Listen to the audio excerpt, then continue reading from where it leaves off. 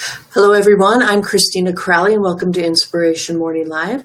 I like to help those who are going after their passion. And I want to thank those of you who are watching this live today, and those of you who watch us in the replay. I appreciate you too, because not everybody has the same schedule as me and can watch it live. So I really do appreciate that there, and those of you who show up right on. So turn up the volume. Give me some thumbs up. Give me some hearts. I really appreciate those when I see them. Can't necessarily see them always going across the broadcast, but I do see them afterwards, and it really makes me happy to have those. Alrighty, so have you ever thought that what you want to do, you can't do? That it's some sort of a high achievement thing, and that's just not for me. I've never been a higher achiever. And I've felt the same way before, and even recently, I have really felt that way. I do have my coloring book line, and I've been getting those out, but somebody criticized me, and I thought, oh, so I'm terrible at it, and I can never be like those people who do books like that, or I can never own my own business, and I now own my own business. There are those myths of high achievement, and the one that I'm going to start talking about first is that can't ever be me. I have felt that pain before, that it can't ever be me. It's always going to happen for somebody else, but it's not going to happen for me. It won't matter what kind of hard work I put in. It's not going to happen for me. And, sometimes we do have failures. But if we do have failure, that isn't something that doesn't mean that you can't have high achievement. When we look at high achievers and we think, oh, that can't be me, we don't see them as per se, we see them more as a persona. We don't see them as real people with flaws and faults. And I'm guilty of that too. When I look to people who I find as a mentor, I don't see them with their faults. I don't see them getting frustrated with their children. I don't see them getting frustrated potty training the dog or even their children. I see them as people who have done their high achievement, who are doing well in their business, who don't fail. Hi, good morning.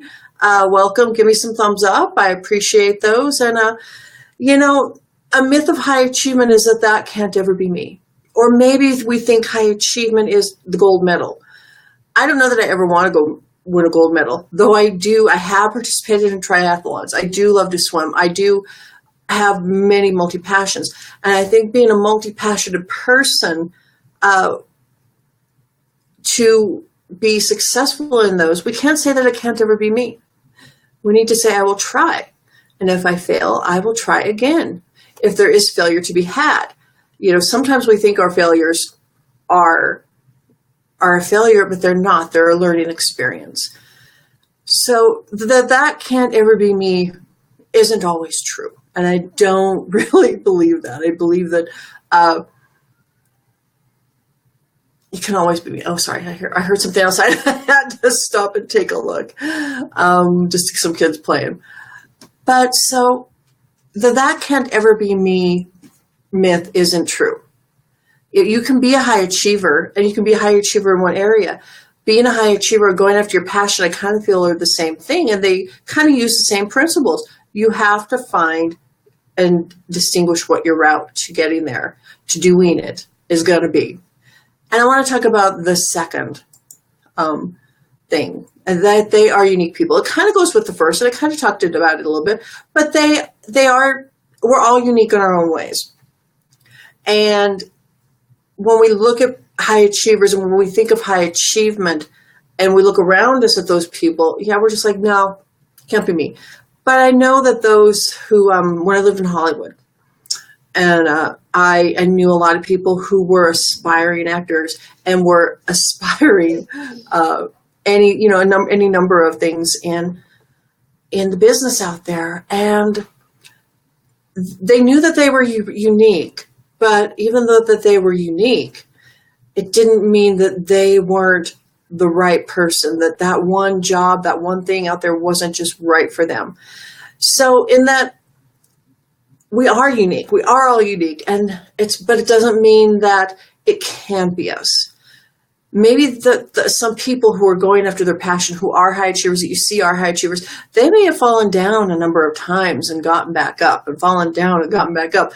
And we don't see that. There is a blind spot in us. And so we need to, kind of take a step back and be easier on ourselves. We need to decide what our high achievement is.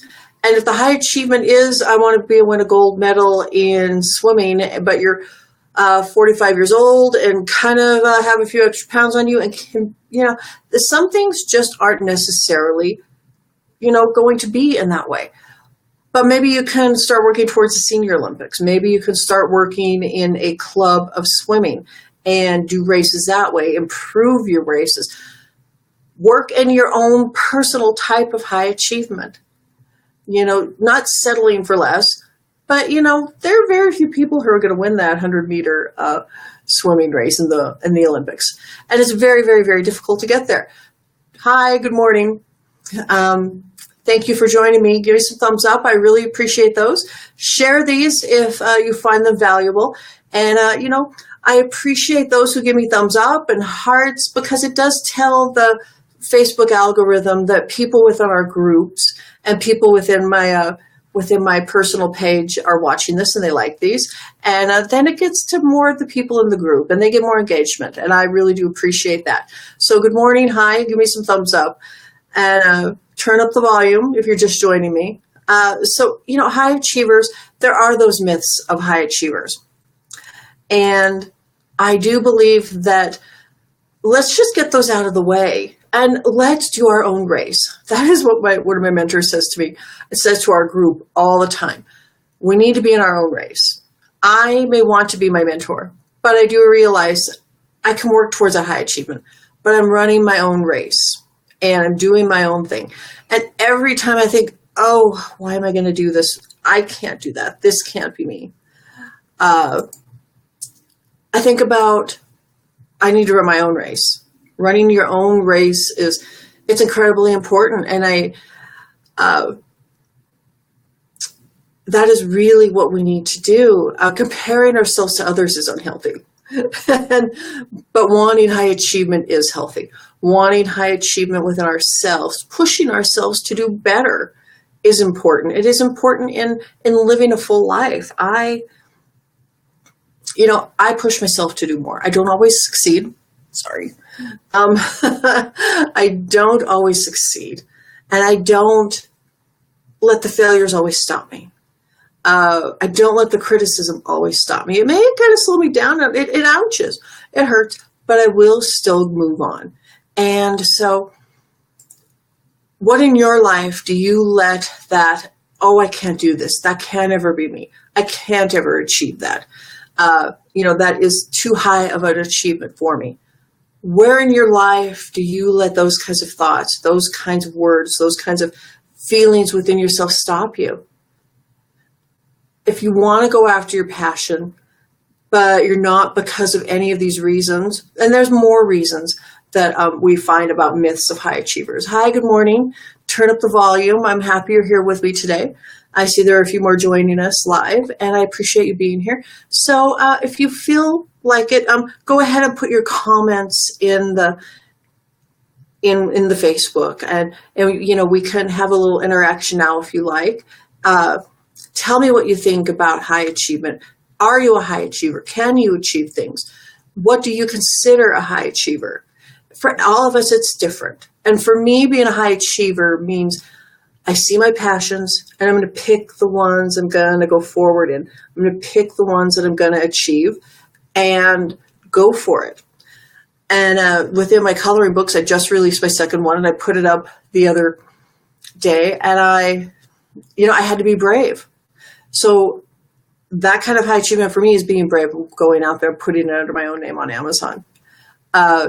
Me going forward and doing these Facebook Lives are important to me. Pushing it forward in my business, doing my podcasts.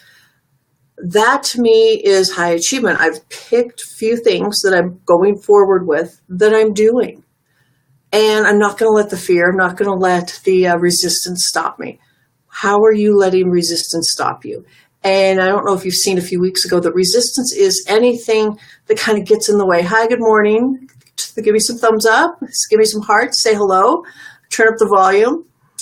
how do you let resistance get in your way? And I did I think I did like 20 minutes on letting resistance get in your way. And all these kind of myths and different types of feelings do kind of come down to resistance. And resistance is a type of fear that we put upon ourselves. It just isn't realistic. And there's a whole book that really talks about resistance. It's called The War of Art. I can't remember who does that now. Maybe somebody knows who did The War of Art. Could put it in the comments section for me to see, because I can't remember who wrote it. But he wrote all about resistance and how it stops good people from doing, good things and following their passion. And that really does reside with me. It really, resonates within my thoughts. I have let resistance stop me from doing so many things. But I do know many times in my life, there are big times where I didn't let the resistance stop me. And I did change. I did push through that fear. And it's been nothing but good things, even if it has been a mistake. Not letting fear stop you is the most important thing. Push away those myths that you think about that high achievers have. And the only way that high achievers are different is they truly made the plan, they stuck to it, and they possibly had some really good coaches along the way. And I truly understand that. I have coaches. I have a couple of coaches. I have a business coach, and I have a Facebook Live coach, and I have, different types of coaches within my business. And I've had many over the years. Coaches are important. They can see in you what you can't see in yourself. And they pull out of you what you never thought you could. And if you can't afford a coach, and in times when I haven't been able to afford a coach, I have just put together lists. And I've decided, I'm going to give myself some small wins. Getting beyond resistance and getting past those myths is giving yourself some small wins. What can be your small win? How can you plot out what it is you really want to do and achieve whatever end goal you have? Plot it out, but don't let the plotting out have to become perfect. Start somewhere. I like doing small wins because as you're doing the small wins, you are learning. You are learning what is working, what isn't working, and how you probably need to adjust your plan. But you need to keep moving forward. And that is, that can break up some of those myths of high achievement. High achievement of yourself. You are a high achiever. You can do it. Don't let, I don't have enough money. Don't let any of those excuses get in the way. We can make things come true. In this day and age, you can figure out almost anything, and you can do anything, but you can't do everything. Alrighty. I am Christina Crowley, and I'm so glad that you have joined me today. And let me know, what are your biggest challenges? What topics would you like me to talk about? This is Inspiration Morning Live, and I do really appreciate it when you share this. So please share this with your friends. Share this on your page. Share this within your groups. I do appreciate that. It lets more people get exposed to this, and I really do appreciate that. And give me some hearts. Give me some hearts. I really do appreciate seeing those go by. I love seeing those in the replay because when I'm live, I do get to see them. Alrighty, so click the heart button if this has been helpful, and I look forward to seeing you on my next Facebook Live. Alrighty, ta-ta for now.